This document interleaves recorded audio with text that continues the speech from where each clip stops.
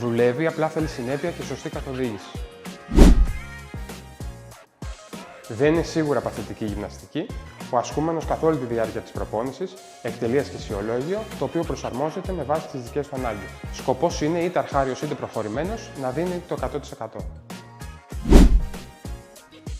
Όχι, το EMS δεν είναι μόνο για τεμπέληδες, απευθύνεται σε αυτούς που δεν έχουν χρόνο, σε αυτούς που ψάχνουν μια πιο προσωπική προπόνηση, σε αυτούς που δεν τους αρέσει το κλασικό γυμναστήριο, σε αυτούς που έχουν ένα σοβαρό τραυματισμό και θέλουν μια πιο ασφαλή αποκατάσταση. Όχι, το σώμα σου δεν θα χαλάσει, απλά μετά από ένα χρονικό διάστημα σταδιακά θα επιστρέψει στην αρχική του κατάσταση, όπως θα γινόταν με κάθε είδους προπόνησης.